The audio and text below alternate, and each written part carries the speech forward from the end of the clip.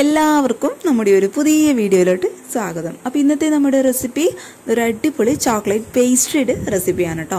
അപ്പോൾ ഈ ഒരു പേസ്ട്രി നമ്മൾ റെഡിയാക്കി എടുക്കാൻ വേണ്ടിയിട്ട് പോകുന്നത് നമ്മുടെ വീട്ടിൽ നമ്മൾ എപ്പോഴും ഉപയോഗിക്കുന്ന മിക്സിയും ദോശക്കല്ലും ഉപയോഗിച്ചിട്ടാണ്.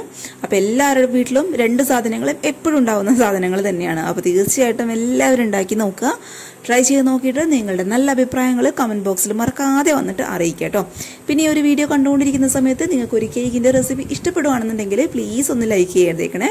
അതുപോലെ ചാനലിലെ വീഡിയോസൊക്കെ ആദ്യമായിട്ട് ആരെങ്കിലും കാണുകയാണെന്നുണ്ടെങ്കിൽ ഇഷ്ടപ്പെടുകയാണെന്നുണ്ടെങ്കിൽ പ്ലീസ് ഒന്ന് സബ്സ്ക്രൈബ് ചെയ്ത് സപ്പോർട്ട് ചെയ്യട്ടോ. കൂടാതെ തൊട്ടടുത്തുള്ള കുഞ്ഞു ബെല്ലൈക്കൻ കൂടി ഇനേബിൾ ചെയ്താൽ മാത്രമേ ഞാനിടുന്ന നല്ല വീഡിയോസിൻ്റെ നോട്ടിഫിക്കേഷൻ നിങ്ങൾക്ക് പെട്ടെന്ന് അങ്ങോട്ട് വരുവുള്ളൂ കേട്ടോ. അപ്പോൾ നമുക്ക് വേഗം തന്നെ ഈ ഒരു ചോക്ലേറ്റ് ക്രീമി ആയിട്ടുള്ള പേസ്ട്രി എങ്ങനെ തയ്യാറാക്കുന്നത് നോക്കാം. അപ്പോൾ ഈ ഒരു കേക്ക് റെഡിയാക്കാൻ വേണ്ടിയിട്ട് ഇതുപോലുള്ളൊരു ഗ്ലാസ്സിൽ ഏകദേശം ഒരു അര ഗ്ലാസോളം വരുന്ന മൈദയാണ് കേട്ടോ ഞാൻ എടുത്തിട്ടുള്ളത്. അപ്പോൾ ഈ ഒരു ഗ്ലാസ്സിലാണ് ഈ ഒരു പേസ്ട്രിക്ക് വേണ്ടിയിട്ടുള്ള എല്ലാ ഇൻഗ്രീഡിയൻസും നമ്മൾ അളന്നെടുക്കാൻ വേണ്ടിയിട്ട് പോകുന്നത്. അപ്പോൾ ഇതുപോലുള്ളൊരു ഗ്ലാസ്സിൽ അര ഗ്ലാസോളം മൈദ. ഇനി ഈ ഒരു അര ഗ്ലാസോളം മൈദ ഒരു പാത്രത്തിൽ അരിപ്പയിൽ കൂടി അരിച്ചിട്ട് നമുക്ക് ഈ ഒരു പാത്രത്തിലോട്ട് അങ്ങോട്ട് ചേർത്ത് കൊടുക്കാം. ഇനി ഇതിലോട്ട് ഒരു അര ടീസ്പൂണോളം വരുന്ന ബേക്കിംഗ് പൗഡർ ഞാൻ ചേർത്ത് കൊടുക്കുന്നുണ്ട്. അതേപോലെ ഒരു 1/4 ടീസ്പൂണോളം ബേക്കിംഗ് സോഡയും കൂടി നമുക്ക് ഇട്ട് കൊടുക്കാം കേട്ടോ. പിന്നെ ഒരു ചോക്ലേറ്റ് പേസ്ട്രി ആയതുകൊണ്ട് കറക്റ്റ് ഒരു ടീസ്പൂണോളം വരുന്ന കൊക്കോ പൗഡറും കൂടി നമുക്ക് ചേർത്ത് കൊടുക്കാം. അതുപോലെ നമ്മുടെ ഒരു കേക്കിന്റെ മധുരം എപ്പോഴും ഒന്ന് ബാലൻസ് ആക്കി കിട്ടാൻ വേണ്ടിയിട്ട് ഒരു നുള്ളുപ്പും കൂടി ചേർത്ത് കൊടുക്കുന്നുണ്ട്. ഇനി ഇതെല്ലാം കൂടി നന്നായിട്ടൊന്ന് അരിച്ചെടുക്കുക കേട്ടോ. ഏകദേശം ഒരു 2-3 തവണയൊക്കെ നന്നായിട്ടൊന്ന് അരിച്ചെടുക്കുകയാണെന്നുണ്ടെങ്കിൽ നമ്മൾ ചേർത്ത് കൊടുത്ത ഒരു പൊടികളൊക്കെ എല്ലാ ഭാഗത്തും ഒരുപോലെ എത്തുകയും ചെയ്യും. കൂടാതെ നമ്മുടെ കേക്ക് നന്നായിട്ട് നല്ല സോഫ്റ്റ് ആയിട്ട് വരികയും ചെയ്യും. അപ്പോൾ ഏകദേശം ഒരു 2-3 തവണ നന്നായിട്ട് ഇതുപോലെ അങ്ങോട്ട് അരിച്ചെടുക്കുക. അപ്പോൾ ഇതേ പൊടികളെല്ലാം കൂടി ഇതുപോലെ 3 തവണ ഞാൻ നന്നായിട്ടൊന്ന് അരിച്ചെടുത്തിട്ടുണ്ട്. ഇനി ഇത് നമുക്ക് അങ്ങോട്ട് മാറ്റി വയ്ക്കാം. ഇനി ഇതേ നന്നായിട്ട് ക്ലീൻ ആയിട്ട് കിടക്കുന്ന ഒരു മിക്സിയുടെ ജാറിലോട്ട് നമ്മൾ ഏത് ഗ്ലാസ്സിലാണോ മൈദ എടുത്തത് അത് ഈ സെയിം ഗ്ലാസ്സിൽ ഒരു 1/4 ഗ്ലാസോളം വരുന്ന പഞ്ചസാര ഞാൻ ഇട്ട് കൊടുക്കുന്നുണ്ട് കേട്ടോ. അപ്പോൾ ഈ ഒരു പഞ്ചസാര ഞാൻ നന്നായിട്ട് നല്ല ഫൈൻ പൗഡറായിട്ട് ഒന്ന് പൊടിച്ചെടുത്തിട്ടുണ്ട്. ഇനി നമ്മൾ ഇതിലോട്ട് ചേർത്ത് കൊടുക്കാൻ വേണ്ടിയിട്ട് പോകുന്നത് ഒരു കോഴിമുട്ടയാണ്. അപ്പോൾ കോഴിമുട്ട എടുക്കുമ്പോൾ ശ്രദ്ധിക്കുക, എപ്പോഴും റൂം ടെമ്പറേച്ചറിലോട്ട് മാറ്റിയതിന് ശേഷം മാത്രം എടുക്കുക കേട്ടോ. ഒരുപാട് തണുത്ത മുട്ട ഉപയോഗിക്കാൻ വേണ്ടിയിട്ട് പാടില്ല. അപ്പോൾ ഇതേ കോഴിമുട്ടയും ചേർത്തിട്ട് ഈ ഒരു പഞ്ചസാരയും നമുക്ക് നന്നായിട്ട് മിക്സിയുടെ ജാറിലിട്ടിട്ട് നന്നായിട്ട് നല്ല സ്മൂത്തായിട്ടൊന്ന് അടിച്ചെടുക്കാം. മുട്ടയും പഞ്ചസാരയും നന്നായിട്ട് അടിച്ചെടുത്തതിന് ശേഷം ഇനി ഇതിലോട്ട് ഒരു 1/4 ഗ്ലാസോളം വരുന്ന ഇളം ചൂടുള്ള പാലും കൂടി ഞാൻ ചേർത്ത് കൊടുക്കുന്നുണ്ട് കേട്ടോ. അപ്പോൾ പാലും കൂടി ചേർത്തിട്ട് നമുക്ക് ഈ ഒരു മിക്സ് നന്നായിട്ടൊന്ന് അടിച്ചെടുക്കാം. അപ്പോൾ പാല് ചേർത്തതിന് ശേഷം പിന്നെ നമ്മൾ ഇതിലോട്ട് ചേർത്ത് കൊടുക്കാൻ വേണ്ടിയിട്ട് പോകുന്നത് ഒരു 1/4 ഗ്ലാസോളം ഫ്ലേവർ ഇല്ലാത്ത ഏതെങ്കിലും ഒരു ഓയിൽ, വെളിച്ചെണ്ണ ഉപയോഗിക്കേണ്ട, പാം ഓയിൽ അല്ലാന്നുണ്ടെങ്കിൽ ഏതെങ്കിലും ഒരു വെജിറ്റബിൾ ഓയിൽ ഉപയോഗിച്ചാലും മതിയാവും. പിന്നെ നമ്മൾ ചേർത്ത് കൊടുത്ത ഒരു മുട്ടയുടെ മണം ഒന്ന് ബാലൻസ് ആക്കി കിട്ടാൻ വേണ്ടിയിട്ട് ഈ ഒരു ഓയിലിൻ്റെ കൂടെ തന്നെ ഒരു അര ടീസ്പൂണോളം വാനില എസൻസും കൂടി ഞാൻ ചേർത്ത് കൊടുക്കുന്നുണ്ട്. പിന്നെ നമ്മൾ ഓയിൽ ചേർത്ത് കൊടുത്തതിന് ശേഷം ഒരുപാട് നേരം ഇട്ടിട്ട് മിക്സിയുടെ ജാറിലിട്ട് അടിച്ചെടുക്കാനായിട്ട് പാടില്ല. ജസ്റ്റ് ആ ഒരു ബട്ടൺ ഒന്ന് പ്രസ് ചെയ്തിട്ട് ഒന്ന് ബ്ലെൻഡ് ചെയ്തെടുത്താൽ മാത്രം മതി. അപ്പോഴിത് ആ ഒരു ഓയിലും കൂടി ചേർത്തിട്ട് ഞാൻ ജസ്റ്റ് ഒന്ന് ബീറ്റ് ചെയ്തെടുത്തിട്ടുണ്ട്. ഇനി നമ്മൾ നേരത്തെ ഡ്രൈഡ് ആയിട്ടുള്ള ഇൻഗ്രീഡിയൻസ് ഒക്കെ അരിച്ചെടുത്തിട്ടുണ്ടല്ലോ, അത് കംപ്ലീറ്റ് ആയിട്ട് നമുക്ക് ഈ ഒരു മിക്സിയുടെ ജാറിലോട്ട് അങ്ങോട്ട് ചേർത്ത് കൊടുക്കാം. ഇനി ഇതിലോട്ട് ആ ഒരു മുട്ടയുടെ മണം കറക്റ്റായിട്ടൊന്ന് ബാലൻസ് ആക്കി കിട്ടാൻ വേണ്ടിയിട്ട് ഒരു 1/4 ടീസ്പൂണോളം വിനാഗറും കൂടി ഞാൻ ചേർത്ത് കൊടുക്കുന്നുണ്ട്. ഇനി ഇത് ആ ഒരു പ്രസ് ബട്ടൺ ഒന്ന് പ്രസ് ചെയ്തിട്ട് ഒരു 1-2 സെക്കൻഡ് അത്ര മാത്രം മതി കേട്ടോ. ഒരുപാടായിട്ട് അങ്ങോട്ട് കറക്കാൻ പാടില്ല, നമ്മുടെ കേക്ക് അങ്ങ് ഹാർഡായി പോവും. ആ ഒരു പൊടി ഒന്ന് മിക്സ് ആവുന്ന രീതിയിൽ ഒരു ജസ്റ്റ് ആ ഒരു പ്രസ് ബട്ടൺ 1-2 തവണ മാത്രം, അത്ര മാത്രം മതി കേട്ടോ. അപ്പോൾ ഇതുപോലുള്ള ഒരു പാനിലാണ് നമ്മുടെ കേക്ക് നമ്മൾ ബേക്ക് ചെയ്തെടുക്കാൻ വേണ്ടിയിട്ട് പോകുന്നത്. അപ്പോൾ പാത്രത്തിന്റെ ഈ ഒരു പാനിന്റെ അടിഭാഗത്തായിട്ട് ഒരു ബട്ടർ പേപ്പർ ഞാൻ വെച്ച് കൊടുത്തിട്ടുണ്ട്. ഇനി നമ്മൾ മിക്സിയിൽ അടിച്ചെടുത്തിട്ടുള്ള ഈ ഒരു മിക്സ് കംപ്ലീറ്റ് ആയിട്ട് നമുക്ക് ഈ ഒരു പാനിലോട്ട് അങ്ങോട്ട് ഒഴിച്ചു കൊടുക്കാം കേട്ടോ. നമ്മൾ ഒഴിച്ചെടുക്കുന്ന സമയത്ത് കറക്റ്റ് ഇതുപോലെ റിബൺ പോലെ താഴോട്ട് വീഴണം. അതാണ് ബാറ്ററിന്റെ കറക്റ്റ് പരുവെന്ന് പറയുന്നത്. പിന്നെ ശ്രദ്ധിക്കുക, നമ്മൾ എടുത്ത ഈ ഒരു ഇൻഗ്രീഡിയൻസ് കറക്റ്റ് അളവിൽ എടുക്കുകയാണെന്നുണ്ടെങ്കിൽ നമ്മൾ കൂടുതൽ പൊടികളോ അല്ലാന്നുണ്ടെങ്കിൽ കൂടുതൽ പാലോ ഒന്നും ഇതിൽ ചേർത്ത് കൊടുക്കണ്ട. എല്ലാം കറക്റ്റ് ആയിരുന്നു കേട്ടോ. അപ്പോൾ കറക്റ്റ് ഈ ഒരു അളവിൽ തന്നെ എടുക്കാൻ വേണ്ടിയിട്ട് ശ്രദ്ധിക്കാം. ഇനി ഇത് ഉപയോഗിക്കാത്തൊരു പാന് സ്റ്റൗവിൽ വെച്ചിട്ട് നന്നായിട്ട് ഒരു 5 മിനിറ്റ് ഹൈ ഫ്ലെയിമിൽ വെച്ചിട്ട് ഒന്ന് ചൂടാക്കി എടുക്കാം. കറക്റ്റ് ഈ ഒരു പാനിൽ നിന്ന് പുക വരുന്ന സമയത്ത് നമ്മൾ കേക്ക് ബാറ്റർ ഒഴിച്ച് വെച്ചിട്ടുള്ള പാന് ഇതിന്റെ മുകളിലോട്ടായിട്ട് അങ്ങോട്ട് വെച്ചു കൊടുക്കാം. ഇനി തീ എന്ന് പറയുന്നത് ഏറ്റവും ലോ ഫ്ലെയിമിലോട്ട് മാറ്റി കൊടുത്തോളൂ. എന്നിട്ട് നമ്മുടെ ഈ ഒരു കേക്ക് ബാറ്റർ ഒഴിച്ച് വെച്ചിട്ടുള്ള പാന് നന്നായിട്ട് ഒന്ന് ഒരു അടപ്പ് വെച്ചിട്ട് ഒന്ന് കവർ ചെയ്ത് കൊടുക്കാം. ഇനി എന്തെങ്കിലും ഒരു വെയിറ്റുള്ള ഇതുപോലുള്ളൊരു സാധനം ഇതിന്റെ മുകളിലോട്ടായിട്ട് അങ്ങോട്ട് വെച്ചു കൊടുക്കുകയാണെന്നുണ്ടെങ്കിൽ നമ്മുടെ കേക്ക് പെട്ടെന്ന് അങ്ങോട്ട് ബേക്ക് ആയി കിട്ടും കേട്ടോ. ഇനി ഇത് കറക്റ്റ് ഒരു 10 മിനിറ്റ് അത്ര മാത്രമേ എടുക്കൂ. കാരണം ഇത് ഏറ്റവും തിന്നായിട്ടുള്ള കേക്ക് ആയിരിക്കും. അതുകൊണ്ട് കറക്റ്റ് ഒരു 10 മിനിറ്റ് ലോ ഫ്ലെയിമിൽ വെച്ചിട്ട് നമുക്ക് നന്നായിട്ട് ഇതൊന്ന് ബേക്ക് ചെയ്തെടുക്കാം. അപ്പോൾ കറക്റ്റ് ആ ഒരു സമയം കൊണ്ട് നമ്മുടെ കേക്കൊക്കെ നന്നായിട്ട് ബേക്ക് ആയിട്ട് വന്നിട്ടുണ്ട്. ഇനി ഇത് പെട്ടെന്ന് തന്നെ നമുക്ക് മറ്റൊരു പ്ലേറ്റിലോട്ട് അങ്ങോട്ട് മാറ്റി കൊടുക്കാം കേട്ടോ. ഈ ഒരു പാനിൽ തന്നെ വെക്കുന്ന സമയത്ത് നമ്മുടെ കേക്ക് ഒന്ന് ഹാർഡായി പോകും. അപ്പോൾ ഇത് കേക്ക് പതുക്കെ നമുക്ക് ഈ ഒരു പാനിലോട്ട് അങ്ങോട്ട് മാറ്റി കൊടുക്കാം.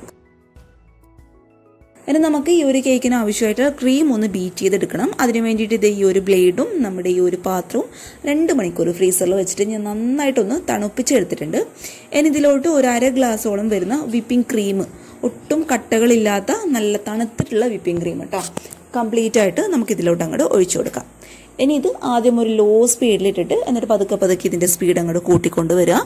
അപ്പോൾ ഞാനിവിടെ എടുത്തിട്ടുള്ളത് ഫിയോണയുടെ വിപ്പിംഗ് ക്രീമാണ്. അതാണ് എനിക്ക് കുറച്ചും കൂടി ഒന്ന് ബെറ്റർ ആയിട്ട് തോന്നിയിട്ടുള്ളത്. കാരണം ഇതിന് മുന്നേ ഞാൻ നമ്മുടെ എന്താ പറയുക അതിൻ്റെ വിപ്പോ സ്റ്റാറിൻ്റെ ഒക്കെ വിപ്പിംഗ് ക്രീം എടുത്തിട്ടുണ്ടായിരുന്നു. അതൊന്നും അത്ര പെർഫെക്ഷൻ ആയിട്ട് എനിക്ക് കിട്ടിയിട്ടില്ല. നമ്മൾ ബീറ്റ് ചെയ്യുന്ന സമയത്ത് കറക്റ്റായിട്ട് അങ്ങോട്ട് ബീറ്റായി കിട്ടും. പക്ഷേ ഒരു 5 മിനിറ്റ് ഒക്കെ പുറത്തിരിക്കുന്ന സമയത്ത് അത് പതുക്കെ അങ്ങോട്ട് മെൽറ്റ് ആവാൻ വേണ്ടിയിട്ട് തുടങ്ങും. അപ്പോൾ ഫിയോണ ആകുന്ന സമയത്ത് എനിക്കത് ഈ ഒരു പ്രശ്നം ഇതുവരെ ഉണ്ടായിട്ടില്ല. നന്നായിട്ട് നല്ല സ്റ്റിഫായിട്ട് കിടക്കുന്ന വിപ്പിംഗ് ക്രീമാണ് കേട്ടോ. ആ ഒരു രീതിയിൽ തന്നെ നന്നായിട്ടൊന്ന് ബീറ്റ് ചെയ്തെടുക്കുകയാണെന്നുണ്ടെങ്കിൽ നല്ല അടിപൊളിയായിട്ടുള്ള വിപ്പിംഗ് ക്രീമാണ്. ഇനി നമ്മുടെ ക്രീം പകുതി ഒന്ന് ബീറ്റ് ആയി കഴിഞ്ഞാൽ ഇതിലോട്ട് നല്ലൊരു ഫ്ലേവറിന് വേണ്ടിയിട്ട് ഒരു 1/2 ടീസ്പൂണോളം വരുന്ന വാനില എസൻസ് ഞാൻ ചേർത്ത് കൊടുക്കുന്നുണ്ട്. കൂടാതെ ഒരു 3 ടീസ്പൂണോളം നന്നായിട്ട് നല്ല ഫൈൻ പൗഡറായിട്ട് പൊടിച്ചെടുത്തിട്ടുള്ള പഞ്ചസാരയും കൂടി ചേർത്ത് കൊടുക്കുന്നുണ്ട് കേട്ടോ. അപ്പോൾ നിങ്ങളുടെ ആ ഒരു ക്രീമിനനുസരിച്ചിട്ടുള്ള മധുരം ചേർത്ത് കൊടുക്കുക. ചില ക്രീമിന് ഓൾറെഡി മധുരമുള്ള ക്രീം ഉണ്ടാവും. ഇതിനിപ്പോൾ ഇച്ചിരി ഒന്ന് മധുരം കുറവാണ് കേട്ടോ. അതുകൊണ്ടാണ് ഒരു 3 ടീസ്പൂണോളം വരുന്ന പൊടിച്ച പഞ്ചസാര ഞാൻ ചേർത്ത് കൊടുത്തത്. പിന്നെ ഇതിലോട്ട് ഒരു 2 ടീസ്പൂണോളം വരുന്ന നമ്മുടെ ഇതുണ്ടല്ലോ കൊക്കോ പൗഡറും കൂടി ഞാൻ ചേർത്ത് കൊടുക്കുന്നുണ്ട്. പെട്ടെന്ന് അതിൻ്റെ പേരങ്ങോട്ട് കിട്ടാണ്ടായിപ്പോ കേട്ടോ. കൊക്കോ പൗഡറും കൂടി ഞാൻ ചേർത്ത് കൊടുക്കുന്നുണ്ട്. ഇനി ഇതെല്ലാം കൂടി നമുക്ക് വീണ്ടും നന്നായിട്ട് ഒരു ഹൈ സ്പീഡിലിട്ടൊന്ന് ബീറ്റ് ചെയ്തെടുക്കാം.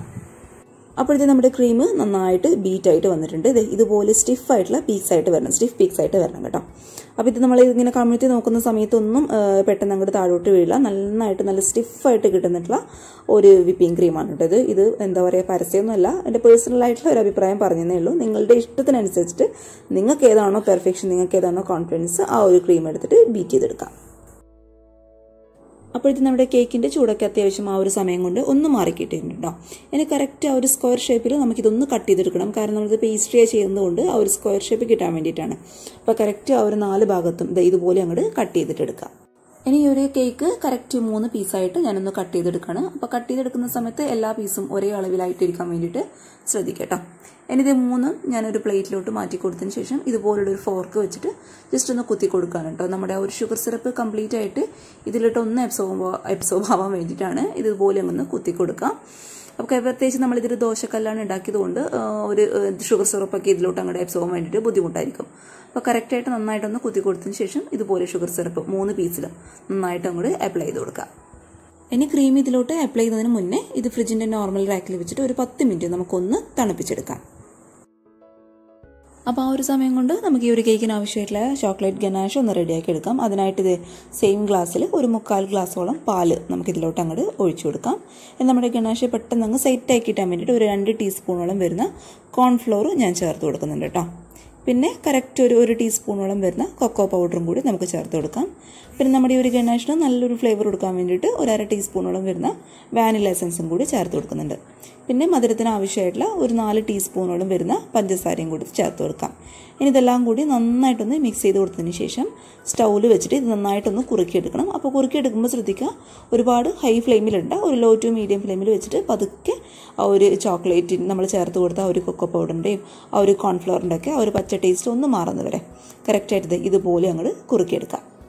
അപ്പോഴത്തേ നമ്മുടെ ഗനാഷ് ഇവിടെ റെഡി ആയിട്ടുണ്ട്. കറക്റ്റ് ഈ ഒരു പരുവത്തുന്ന സമയത്ത് പതുക്കെ നമുക്ക് സ്റ്റവ് അങ്ങോട്ട് ഓഫ് ചെയ്ത് ഇതൊന്ന് ചൂടാറാൻ വേണ്ടിയിട്ട് അങ്ങോട്ട് വെയിറ്റ് ചെയ്യട്ടോ. ഈ ഒരു സമയത്ത് തന്നെ ഓഫ് ചെയ്തോളൂ, കാരണം ഇതിരിക്കും തോറും ഒന്നും കൂടി ഒന്ന് കട്ടയായിട്ട് മാറും. അപ്പോൾ കറക്റ്റ് ഈ ഒരു പരുവത്തുന്ന സമയത്ത് പതുക്കെ നമുക്ക് സ്റ്റവ് ഓഫ് ചെയ്തിട്ട് ഒന്ന് തണുക്കാൻ വേണ്ടിയിട്ട് അങ്ങോട്ട് മാറ്റി വയ്ക്കാം.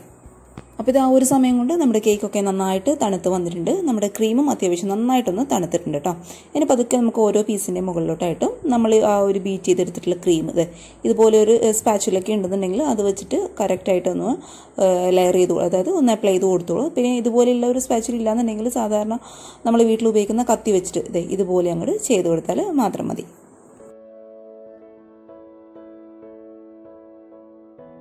അപ്പോൾ ക്രീമൊക്കെ നന്നായിട്ട് അത്യാവശ്യം ഒന്ന് അപ്ലൈ ചെയ്ത് കഴിഞ്ഞാൽ നമ്മൾ നേരത്തെ റെഡിയാക്കി വെച്ചിട്ടുള്ള ഈ ഒരു ചോക്ലേറ്റ് ഗനാഷ് കംപ്ലീറ്റ് ആയിട്ട് ഈ ഒരു കേക്കിൻ്റെ മുകളിലോട്ടായിട്ട് ഇതുപോലെ അങ്ങോട്ട് ഒഴിച്ചു കൊടുക്കാം.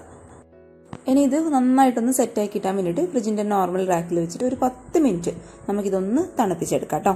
അപ്പോൾ ഇത് നന്നായിട്ട് തണുപ്പിച്ചെടുത്തിട്ടുള്ള ഒരു പേസ്ട്രിയാണിത്. ഇനി ഇതെല്ലാം കറക്റ്റ് അളവിൽ ഇതുപോലെ അങ്ങോട്ട് കട്ട് ചെയ്തെടുക്കുകയാണ്. അപ്പോൾ കട്ട് ചെയ്തെടുക്കുന്ന മുന്നേ ആ ഒരു കറക്റ്റ് ഷേപ്പ് കിട്ടാൻ വേണ്ടിയിട്ട് ഈ ഒരു സൈഡിലുള്ള 2 സൈഡിലുള്ള പീസും ജസ്റ്റ് കത്തി വെച്ചിട്ട് ഞാനൊന്ന് കട്ട് ചെയ്തിട്ട് മാറ്റുന്നുണ്ട്. ആ ഒരു കറക്റ്റ് അളവ് കിട്ടാൻ വേണ്ടിയിട്ടും കറക്റ്റ് ഒരു ഷേപ്പ് കിട്ടാൻ വേണ്ടിയിട്ടാണ് കേട്ടോ.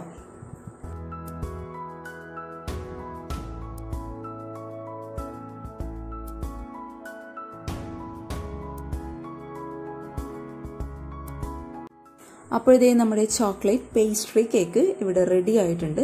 പിന്നെ ഒരു ഭംഗിക്ക് വേണ്ടിയിട്ട് ഈ ഒരു ഫ്ലവറിൻ്റെ മുകളിലോട്ടായിട്ട് ചെറി ഞാൻ വെച്ച് കൊടുക്കുന്നുണ്ട് കേട്ടോ. അപ്പോൾ ഞാൻ ഡെക്കറേഷനൊക്കെ എപ്പോഴും പറയുന്ന പോലെ നിങ്ങളുടെ ഇഷ്ടമാണ്, നിങ്ങളുടെ ഇഷ്ടത്തിനനുസരിച്ചിട്ട് ഡെക്കറേറ്റ് ചെയ്തെടുക്കാം. അപ്പോൾ ഞാനിതിനെ ഒന്ന് കട്ട് ചെയ്തും കൂടി കാണിച്ചു തരണ്ടേ നിങ്ങൾക്ക്, ആ ഒരു നിങ്ങളുടെ എല്ലാവരുടെയും സമ്മതത്തോടു കൂടി ഞാനിതൊന്ന് കട്ട് ചെയ്തിട്ട് കഴിക്കുകയാണ് കേട്ടോ. അപ്പോൾ ആരുടെയും കൊതി പറ്റാതിരിക്കട്ടെ, അത്ര ടേസ്റ്റി ആയിട്ടുള്ളൊരു കേക്കാണ് കേട്ടോ. നമ്മൾ ആ ഒരു ഷുഗർ സിറപ്പൊക്കെ ചേർത്ത് കൊടുത്തുകൊണ്ട് ഒരു രക്ഷയുണ്ടായിരുന്നില്ല. അത്ര ടേസ്റ്റ് ആയിരുന്നു കഴിക്കാൻ വേണ്ടിയിട്ട്. നല്ലൊരു സോഫ്റ്റ് ആയിട്ടുള്ള നല്ല മോയ്സ്ചർ ആയിട്ടുള്ള കേക്കാണ്. ഒരു ക്രീമൊക്കെ നിറഞ്ഞ് ചോക്ലേറ്റ് ഗനാഷൊക്കെ മുകളിൽ വരുമ്പോൾ ഒരു രക്ഷയുണ്ടായിരുന്നില്ല. നിങ്ങൾ തീർച്ചയായിട്ടും ഒരു തവണ വിപ്പിംഗ് ക്രീമൊക്കെ കയ്യിലുള്ളവർ തീർച്ചയായിട്ടും ഒന്ന് ട്രൈ ചെയ്ത് നോക്കും. നല്ല ടേസ്റ്റാണ് കഴിക്കാൻ വേണ്ടിയിട്ട്. നമുക്ക് കുഞ്ഞുങ്ങൾക്കൊക്കെ പെട്ടെന്ന് വേണമെന്നുള്ളവർ ഇപ്പം തന്നെ ഉണ്ടാക്കി കൊടുക്കുക.